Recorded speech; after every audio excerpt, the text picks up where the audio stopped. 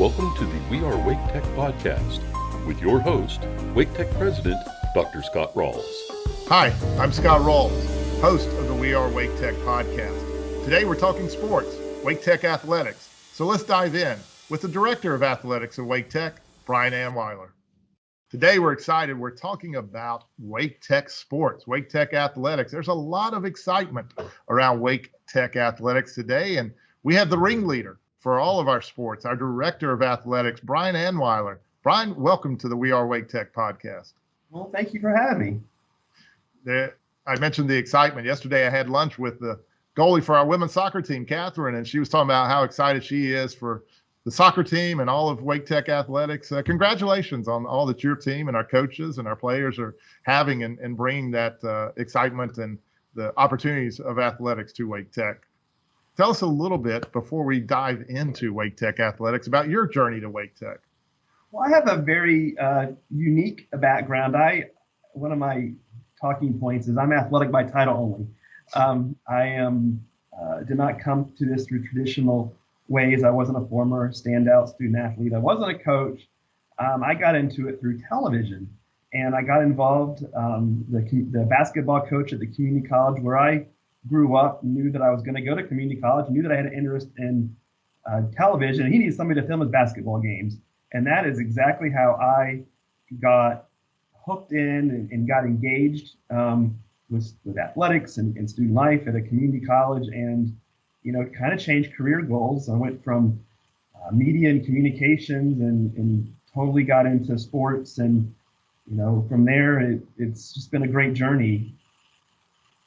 Well, while you say you may not be an athlete, you certainly think like a coach, because you're a strategist. I've always felt like you're a strategist, and you've been very strategic in your time at Wake Tech to help move the whole athletic program forward. And there's a lot further that we're going to go thanks to your leadership and the work that's taking place. Talk a little bit about some of those broad strategies. I know we started with rebranding, all the logos and the uniforms and just the branding of what that means. Other strategies, organization strategies. You got a lot on the move with the broader athletic program at Wake Tech. Yes, well, we are really excited to introduce a new look, a new feel. Colors for Wake Tech athletics are now in line with what the college's branding is. So we now have a matching blue, a matching gold. So we're excited about that. So when you walk in, you're gonna, over time as we evolve, you're gonna see a consistent look and feel from not just athletics throughout the entire college. And that's something that we're really excited about. We have some exciting things coming in facilities that are going to be able to show off our brand and really give it the sense of a college environment. One of my initiatives just in my career is just because you're at a community college doesn't mean that you can't have the best experience you can as a student, as an employee, and regardless as if you're cheering for the Wolfpack or the Heels or the Blue Devils or my Florida State Seminoles. You can still rally around the team and come out to games, and we're equal opportunity. We're here for anybody in the community to cheer for. Well, you started your college athletic career in athletic management, if you will, down in Tallahassee, and I think they have college sports down in Tallahassee, don't they, Brian? Is that? Well, yes, we do. We try to anyway, and Tallahassee's a great college town with Florida State University, and we have a historically black college university, Florida A&M University, and then Tallahassee Community College, where we all shared some successes, and they do continue to share successes and with media exposure. So that was something that was, really something to be proud of. Well, now here in the Triangle, this is a hotbed of college sports, and we're heading into a Labor Day weekend as this is being taped for our September show, and so all of that ramps up with games with the Wolfpack, the Tar Heels, the Blue Devils, all the teams around here starting off season. But a lot of people don't know about the Wake Tech Eagles team, so I thought maybe we could dive in a little bit to the different teams at Wake Tech, the Eagles, and what's happening with them, the excitement around the different programs. And so how about if we run through those real quick just so folks can know about the the different aspects of Wake Tech sports, and then what's happening with each of our Eagle teams. And talk about one of my favorite teams right now is the volleyball team. I've really enjoyed watching them. They had an exhibition at Peace on Saturday, and I was able to sneak into that for a little while. They're an exciting team. A lot going on with volleyball. Talk about that just a second. Absolutely. Where our fall sports are underway, as you said, we've got volleyball that's a month in, men's and women's soccer. They're all in season right now or about to start. So again, the volleyball team is off to a 3-0 start. And I'm very excited about them. We've got a big match coming up on Thursday against Cape Fear Community College, which is a perennial power down in Wilmington. Men's and women's soccer, they'll start up in about 2 weeks with their regular season games. But yeah, Wake Tech definitely is we're the largest athletic department or program of public colleges in North Carolina, and we have 9 teams. So it's a year-round comprehensive athletic program. Again, we've got our fall sports of men's and women's soccer, women's court volleyball. In the winter, we have men's and women's basketball. In the spring, we have baseball, softball, and one of our newer sports, beach volleyball, which is taking off in North Carolina and across the Southeast. And then year-round, we have esports. So again, there's always something going on. Yeah, so let's cover them just a little bit because, like I said, the volleyball team's off to a tremendous start. Great team.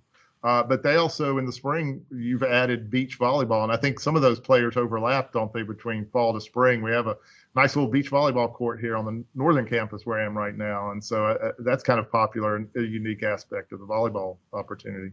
Absolutely. And so beach volleyball, while it's a separate sport, it does complement our court volleyball. So it gives, and they're both now based out of the Scott Northern Wake campus. So again, something new, but having beach volleyball and court volleyball, they do work hand in hand, and it's a way to keep our student athletes and our volleyball student athletes involved year round. And a lot of the students that will get coming to play the court volleyball have a lot of interest in playing beach. And I think over time you may see students specialize in both, and it's already happening, obviously, but even at our level where they're focused more on the beach or more on the court.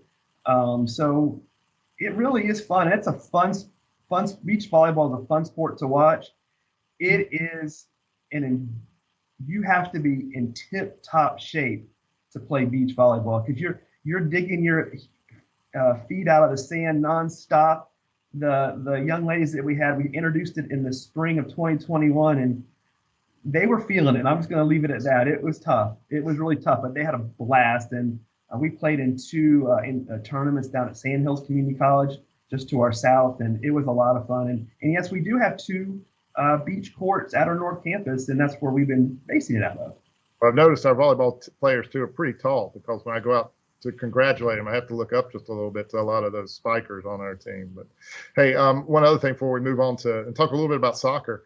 The volleyball team is playing full season now in the Northern Gym, which we'll utilize more for sports. That's a beautiful facility. I know that was what you're talking about, too, in terms of some of the work that's taking place on the graphics. But, man, what a great facility for volleyball, for basketball, other program areas.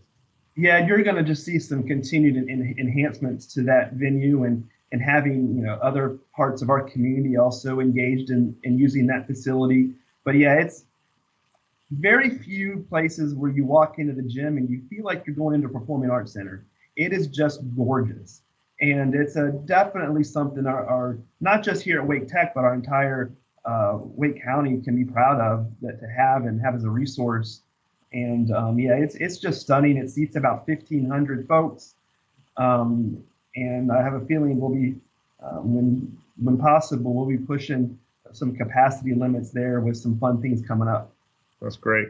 Hey, let's move on just a little bit in terms of some of the other sports. So the other fall sports, soccer, and this area is known as basketball hotbed, Tobacco Road, but it may be even more a soccer hotbed. And we have both men's and women's soccer that are playing right now. Talk a little bit about both the soccer teams that are fall sport teams here at Wake Tech. Well, I think it's really important to start off with. We've actually moved our men's and women's soccer teams also located a little closer to North Campus. They are playing most of their games and practicing at the WRAL soccer complex just up the street from the campus on Fox Road. So again, that's something really exciting. Our men's and women's coaches, they're excited. They've been working hard over the last 18 months to recruit and find student athletes. And we have several returners on the men's side coming back.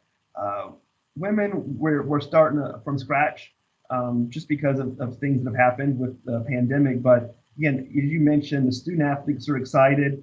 I think we start in September 14th is our first official game against NJCAA, National Junior College Athletic Association competition. So again, I know they're excited. The student athletes are excited, and we'll just see what the future holds. But I'm definitely excited to see what is going to happen throughout the course of the season. And it's a short season, and that's I will say this: I think they're going to be very fit because it's been very hot outside and humid. So you have to love soccer, and they do to be outside right now. Well, I enjoyed, speaking of hot, I mentioned I saw the exhibition with Peace University, and it was hot that day, but the team was pretty hot too.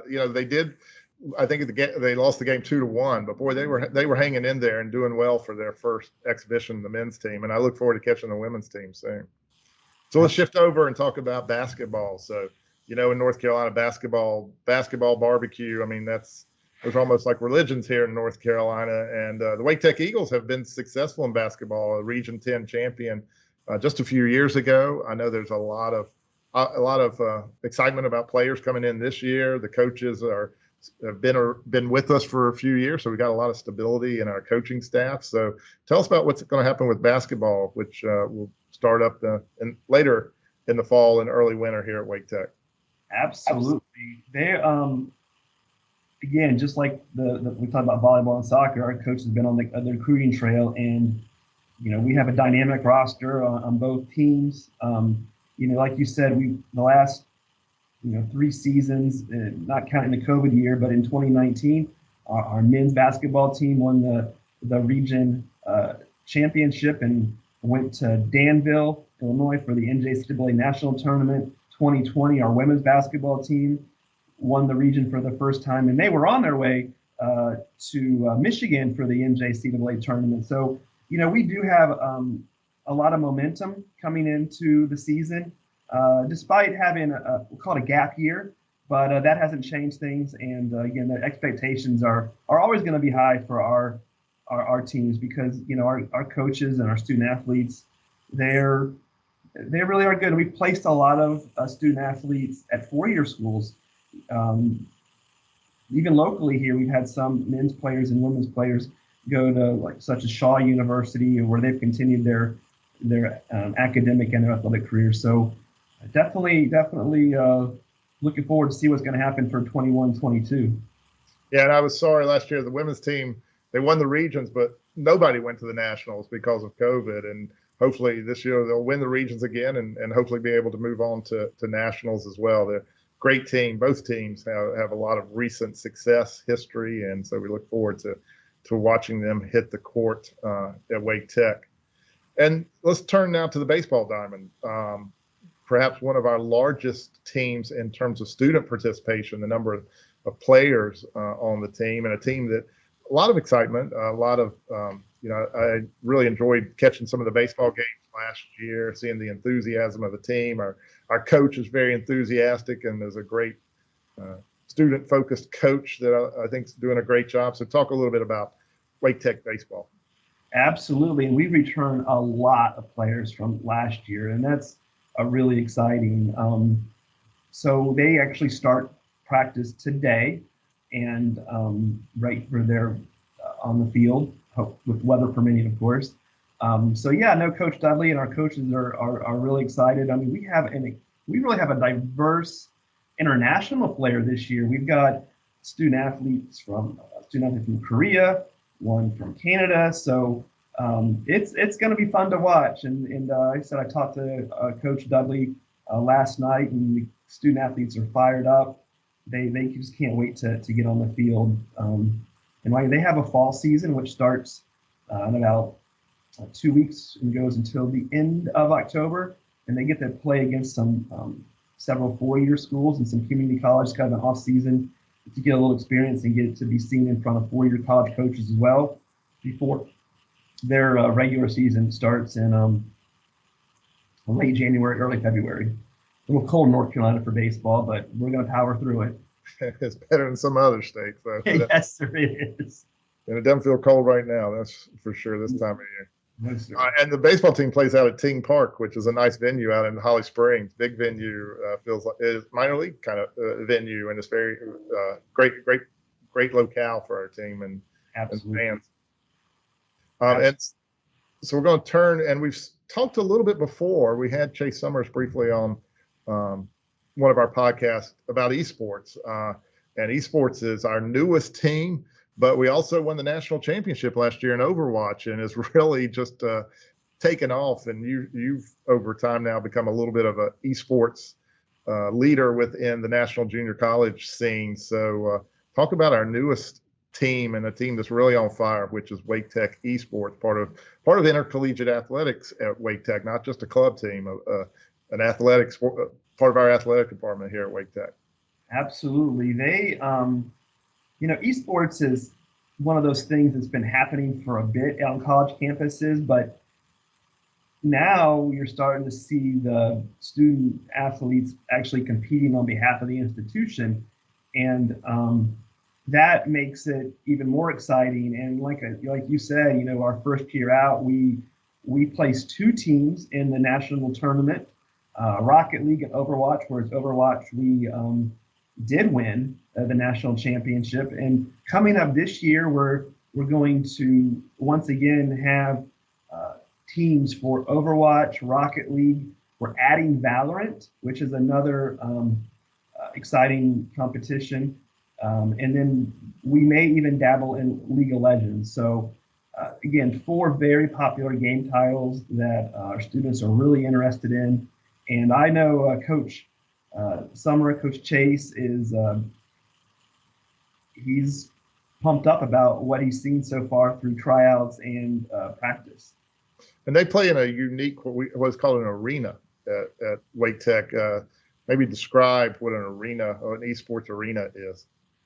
So esports is, obviously you can play it virtually or in person. So we are blessed to have our own esports arena where we have 14 student gaming stations with top of the line equipment, gaming chairs. When people walk into the venue, they are very impressed. And what's something that we're really proud of, something a lot of 2-year and 4-year schools would be a little bit jealous of. And but absolutely, it's state-of-the-art Lenovo PCs, monitors, headphones, mice. We've also got 2 other Lenovo computers that we're going to work on for setting up streaming on Twitch, so that folks can actually watch our esports teams in action. And over time, you're going to see a little bit more, little salt and pepper added to that. We'll hope to add like commentating and what they call casting in esports in addition to the stream. So again, it's just a really robust esports community. And esports, you mentioned that we're a basketball town and a little barbecue there too, but what we're really becoming is an esports town. And it's really exciting to be a part of that. Yeah, this is a gaming hub, Epic Games, located here. And one of the things I like to note, I think this is right. Until I'm proven wrong, I'm going to assume it's right. But we may be the only college in the United States of any type that has a game development as a full degree, where our students go to work with these big companies that make games, and also is a national intercollegiate champion in esports. So I think we're the only one. That sounds good to me. Yeah, so there you go. That's pretty good. That's unique. I like that. So, all right, so we'll wrap up here. Before we wrap up, though, we need to talk about this team's been very resilient all our teams have been very resilient for the past year. We had a COVID break. As we move into a new season with Delta variant, there's more concerns than we hope to have, when we're in June. And I know you're taking steps with our athletes, as we are with our students and our faculty and staff, to try to keep them as safe as possible as we move forward in a year where we're still facing COVID. Can you mention that just a little bit? Absolutely. Well, the department as a whole, our student athletes, our coaches, we are taking COVID very seriously. And we've been screening our student athletes routinely as they've been playing against NCAA opponents. As we've been talking about throughout this, we're implementing our own, in addition to that, some testing and screening protocols for each team each week, so that we can try to catch any exposures quickly, because we know it's hard, and it's hard because our student athletes are, we can't wrap them in bubble wrap. If we could, I would, I'll assure you. But we're doing the best that we can to try to mitigate any as much risk as we can. And like I said, we're going to keep plugging away at it and take any necessary precautions that we have to in the event of exposure. And I did want to mention too, I need to add that we actually have softball too. Oh, yes, softball. How did I leave softball out? Well, that's okay. The softball team's kill me. No, that's okay. That's why I'm here to bail you out. Well, we haven't had a team for several years, so it's something that we're bringing back. And another thing that why basketball is at South and esports is at South. We talked about how we have teams happening at North and South campuses, and our softball team is going to be playing and practicing at Spring Forest Park up near the North campus. And we've got, as of now, 21 young ladies, and I know they're really excited. And again, right now the sun's out, but I think we're supposed to have some pop-up thunderstorms today. So again, they're going to get on the field today or tomorrow, and they're very excited, and coach is excited. So we'll see that. Once again, they also play in the same time as baseball, so in that same starting up in November. Well, I saw our softball team. They were on campus with the coach. This was a few weeks ago before classes started, and they were, I think, registering and getting oriented, and they were all excited. And so, gosh, I'll have to come see all the softball games, since I just overlooked and jumped straight past them in this case, because they're one of our favorite teams here at Wake Tech. Did I miss any other teams? Well, I think we got them. We got 9. So all right. And anything else, Brian? As I mentioned, there's excitement and energy and enthusiasm around each of our teams, but really in terms of what's happening with Wake Tech athletics, which is we're a little different than some of the other big time college programs, but there's still that excitement and that energy, and you're a big part of that as the ringleader. Anything else you want to talk about that we may have left out about Wake Tech sports? Absolutely. I think it's important for folks in the community that may not be aware of what community college sports is. It's an opportunity. It's a fresh start. It's a start. Maybe, we talked about volleyball and how tall they are, but if you're a Division I, like say a Tar Heel or a Wolfpack, you're probably going to be over 6 foot tall. But if you look at our volleyball team, we have some height, but we also have some opportunities for some students that are more like little my size that can play different positions, and they get a chance to play too. And we also really exciting that we had our first former student athlete make a Major League Baseball team. Oh, thank you for bringing that up. That was a big story this summer. Talk about that. So we've got to mention Austin Warren.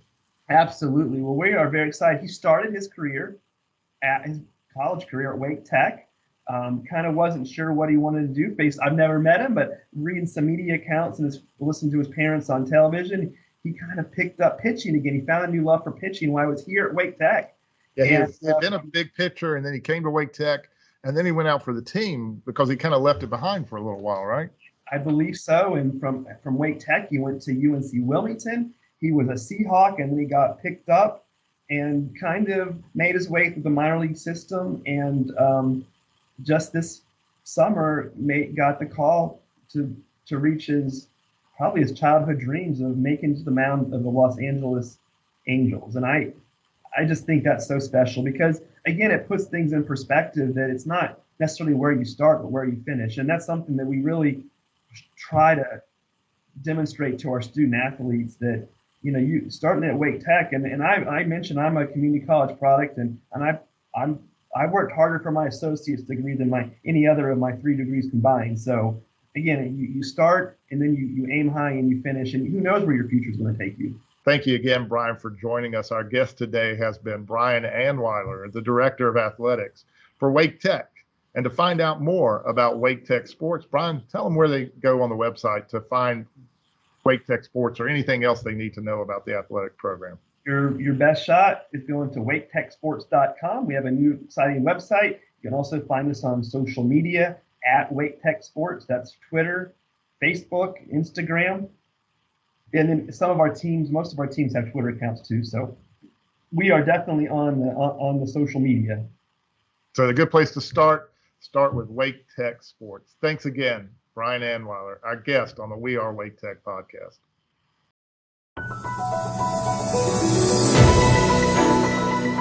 I'm Lori Clowers, and there's lots of good news happening at your community's college. First off, it's not too late to start classes at Wake Tech this fall. Apply now for an accelerated 8-week session that starts next month. Just visit fallforward.waketech.edu and get started today. Wake Tech is offering online, hybrid, and fully in-person courses with mandatory masks and social distancing to help keep you safe. Wake Tech encourages all students and employees to get vaccinated as the best way to safeguard against the coronavirus. The college is offering several on-campus vaccination clinics throughout the semester. Classes have started in the new Hendrick Center for Automotive Excellence on the Scott Northern Wake campus. The 100,000 square foot facility is the premier automotive and collision repair training facility in the region. An official grand opening is planned for spring. Classes are taking place in the second building to be constructed on the RTP campus in Morrisville. The collaborative biotech facility contains state-of-the-art science labs, an aseptic clean room suite, and space for a future partnership with Wake County Public Schools. New short-term workforce training has come to Southeast Raleigh. Wake Tech is offering landscape maintenance, custodial cleaning, and basic culinary classes at the Southeast Raleigh YMCA on Rock Quarry Road. Reach and Rally milestones in the college's 4-year strategic plan are being recognized with Rally Marks. Among the first Rally Marks is a partnership with Communities in Schools, is a prime example of the college's commitment to reach students in all parts of Wake County and rally around them to help them succeed. Wake Tech is expanding its commitment to address life challenges for students. The college has donated 6 acres of land near the Public Safety Education campus to Wake County for a multi-family affordable housing complex. About a third of the units will be set aside for Wake Tech students. Wake Tech also offers a food pantry for those with food insecurity and free bus passes to help with transportation to campus. And finally, Wake Tech marked the 20th anniversary of the 9/11 attacks with a ceremony at the Public Safety Education campus. Cadets with the college's basic law enforcement training program laid a wreath at the flagpole. And that's your Wake Tech News Update.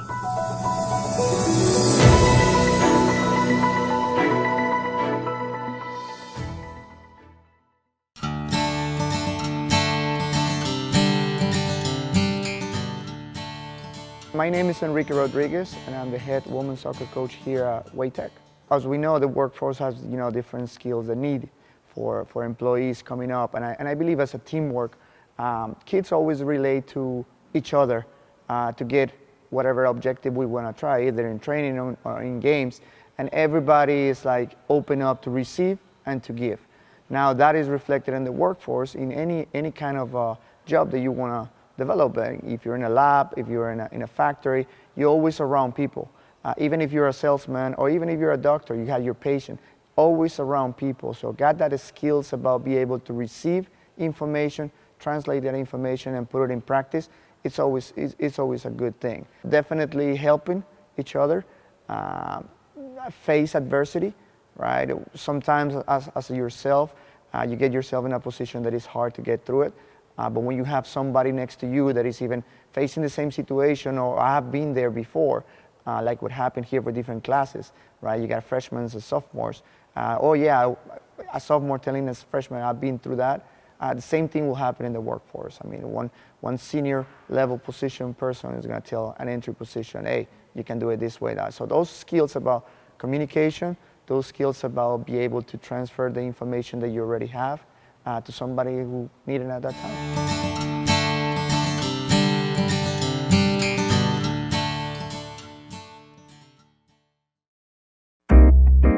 Thank you for listening to the We Are Wake Tech podcast. Join us next month for more insightful conversations about the programs and people of Wake Tech and how the college changes lives every day. Be sure to subscribe to your favorite podcast app to have each episode delivered right to your computer or mobile device. For more, find us at podcast.waketech.edu. To learn more about Wake Tech's exceptional educational opportunities, visit waketech.edu.